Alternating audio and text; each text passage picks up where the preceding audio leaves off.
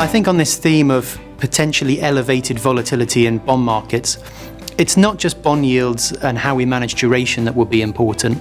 We've also seen lots of volatility in terms of yield curve slope. So big moves flatter and in fact inversion in the yield curve, and then shorter periods of re-steepening.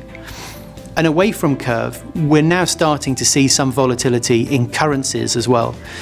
More recently, we've seen the US dollar weaken, and I think this is the beginning of a potential trend in the dollar. As US growth reconverges back towards rest of world, we should start to see some reaction in currency markets. And these banking headlines, they have created volatility in credit spreads as well. Now, we need a flexible strategy to take advantage of all these different risk premia across fixed income. So building on duration management, including country selection with emerging markets as well, but also looking at yield curve risks, looking at currencies and taking spread risk is something we need to do to make the most of the opportunity set out there for fixed income this year.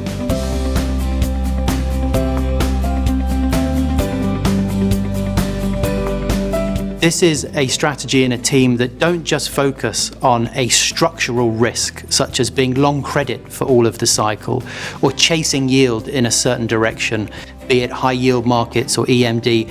We only allocate to those asset classes opportunistically when we think we're getting paid for the risk. Instead, by focusing on more macro sources of return, we have that differentiation versus peers, and we also have scope to look at a very broad range of opportunities to help deliver excess returns within fixed income. I think having a broad basket of return drivers is really key in running a flexible strategy.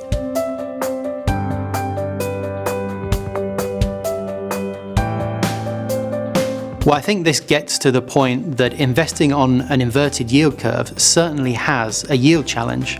So we know that buying 5-year government bonds or buying 10-year bonds has a lower yield than cash currently. It can be up to 75 bips or even 100 bips lower than the cash rate.